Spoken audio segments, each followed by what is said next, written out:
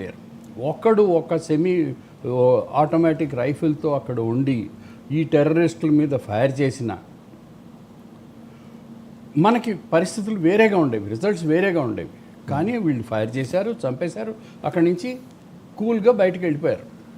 అది ఆ తర్వాత వీళ్ళని ఇంకొకటి, పాకిస్తాన్ ఎప్పుడూ కూడా గడిచిన కొన్ని సంవత్సరాల్లో బిల్ క్లింటన్ వస్తున్నా, లేకపోతే ఇంకెవరినో వస్తున్నా కానీ, లేకపోతే G20 సమ్మిట్ జరగనున్నా, ఆ టైం చూసుకుని పాకిస్తాన్ ఎక్కడో చోట అటాక్ చేసింది.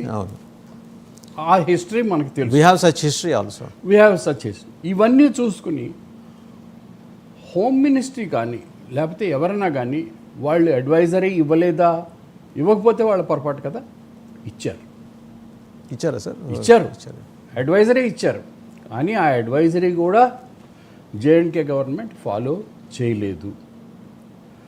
ఎందుకు చేయలేదు దాని గురించి బహుశా ఇన్వెస్టిగేషన్ జరగచ్చు, తర్వాత యాక్టివిటీ. కానీ పరిస్థితి ఏమిటంటే, మీరు ఇల్లు పూర్తిగా డోర్స్ విండోస్ అన్నీ ఓపెన్ పెట్టి ఒక్కొక్క కూడా లేకుండా దాన్ని బయట ఎక్కడో కట్టేసి మా ఇంట్లో దొంగతనం జరిగిందంటే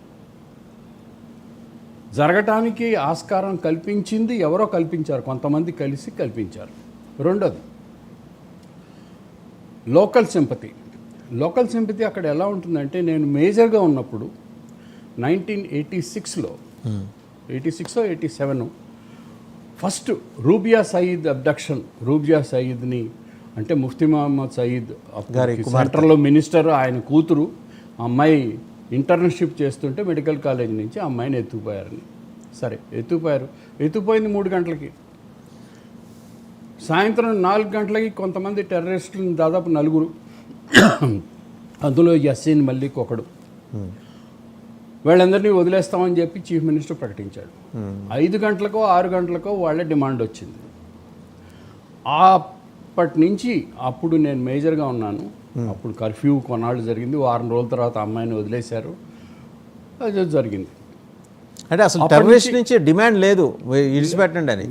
ఇట్ వాజ్ రాకముందే అంటే వాళ్ళు ఏంటంటే ఒక ఎక్స్పెరిమెంటల్గా ఒక కిడ్నాప్ చేసి చూద్దాం ఎట్లా ఉంటుందో. సరే, దాని గురించి ఎంక్వైరీ జరిగింది, చివరికి వదిలేశారు కాంగ్రెస్ ప్రభుత్వం అప్పట్లో. అప్పటి నుంచి దాదాపు నేను ఎప్పుడు వెళ్ళినా కుప్వారా సైడ్ కానీ పూంచ్ రజౌరీ సైడు మాకు ఆపరేషనల్గా వెళ్ళవలసి వస్తూ ఉండేది. నేను ఆ తర్వాత 13 ఏళ్ళు అంటే 4 లెవెల్స్లో నా ఆఖరి టెన్యూర్ కూడా అక్నూర్, పూంచ్, రజౌరీ నుంచే నేను రిటైర్ అయ్యాను. బ్రిగేడియర్గా రిటైర్ అయ్యాను. అక్కడ ఎలా ఉంటుందంటే పరిస్థితి, హంద్వారా అని ఒకటి ఉందండి, ఒక ఊరుంది. ఆ హంద్వారా అనే ఊరిలో ఒక శివాలయం ఉంది. ఆ శివాలయం, సరే శివాలయం పక్క నుంచి వెళుతున్నాం కదా అని చెప్పి ఆగి నేను శివాలయంలో దర్శనం చేసుకోవడానికి వెడితే పురోహితుడు అక్కడ కూర్చుని ఉన్నాడు. గంటకి తాడు కట్టేసి ఉంది. ఏమిటయ్యా పరిస్థితి అంటే, గంట మేము కొట్టకూడదు, మాది ఒకటే ఇక్కడ కుటుంబం ఉంది, ఇంకో కుటుంబం ఉంది, 2 కుటుంబాలు హంద్వారాలో. మేము పెళ్ళిళ్ళు చేసుకుంటే వాయిద్యాలు కానీ మంత్రాలు కానీ ఏవి వినపడకూడదు అని అప్పటి పరిస్థితి. నేను 1986, 87 పరిస్థితి మీకు చెప్తున్నా. ఆ రోజు నుంచి ఈ రోజు వరకు హిందువులు అంటే ఒక వెనుకబడ్డ కాదు, తొక్కబడ్డ సమాజం. నువ్వు హిందువా అని అడిగి ఈ రోజున కాల్చి చంపారు. కొంతమందిని ప్యాంట్లో విప్పమన్నారు. ఓకే, ఇది సెపరేట్గా మనం చూస్తే చాలా క్రిమినల్గా కనిపించవచ్చు, కానీ యాక్చువల్గా జరుగుతున్నది హిందువు అంటే బొట్టు పెట్టుకోవడానికి వీల్లేదు, గంట కొట్టడానికి వీల్లేదు, దేవుడి గుళ్ళో దండం పెట్టుకోవడానికి వీల్లేదు. ఆ పరిస్థితిలో గడుస్తుంది. వాళ్ళని బతకనిచ్చినందుకు వాళ్ళకి ధన్యవాదాలు చెప్పుకోవాలి, అంతే. ఆ తర్వాత 1990లో, అప్పటికి నేను శ్రీనగర్లో కర్ఫ్యూ డ్యూటీలు అవి చేస్తున్నాను. 1990లో వీళ్ళు హిందువులు ఓ 10 ఇళ్ళు ఉంటే 10 ఇళ్ళ మధ్యలో ఒక హిందూ ఇల్లు ఉందనుకోండి, కేవలం ఆ ఇల్లు మాత్రం, అన్ని ఇళ్ళు అక్కడ టింబర్ కన్స్ట్రక్షన్, చెక్కతోటి. ఎందుకంటే అక్కడ చాలా విపరీతంగా మనకి అడవులు ఉన్నాయి, చెక్క దొరుకుతుంది. పైగా మంచుకి చెక్క సూట్ అవుతుంది, చెక్కతోటి కన్స్ట్రక్షన్. చెక్కతోటి కట్టిన ఇల్లు 10 ఏళ్ల మధ్య ఒక్క ఇల్లు మాత్రమే తగలబడిపోవడం ఎలా జరుగుతుందండి?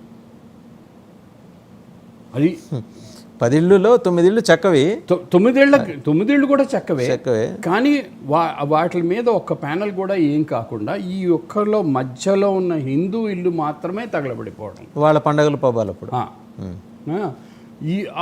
ఇదంతా జనవరి 1990 ఆ ప్రాంతాల్లో స్టార్ట్ అయింది, జనవరి డిసెంబర్లో స్టార్ట్ అయింది. ఇలా జరుగుతూ ఉండేది. కాంగ్రెస్ ప్రభుత్వం ఇక్కడ జగన్మోహన్ సింగ్ అని ఆయన ఉండేవాడు, ఆయన స్పెషల్ అడ్మినిస్ట్రేటరు, జేఎన్కే ఆర్మీ దీంట్లో ఉండేది కంట్రోల్లో. ఎవరు ఏమి దానికి రియాక్షన్ లేదు. ఆ తర్వాత వస్తూ కాంగ్రెస్ ప్రభుత్వంలో ఎలా వచ్చిందంటే పరిస్థితి, ఆర్మీ మీరు ఒక మేజరు ఇన్సిడెంట్, గోగయ్య అతని పేరు ఏదో గోస్వామి ఉంది, గోస్వామి ఇన్సిడెంట్ జరిగింది. ఒక రాళ్ళు వేసి కొట్టే మనిషిని జీప్కి కట్టేసి అతను తీసుకెళ్ళాడు. దానికి పెద్ద ఎంక్వైరీ జరిగింది, తర్వాత ఏదో పనిష్మెంట్ అన్నారు. నేను మేజర్గా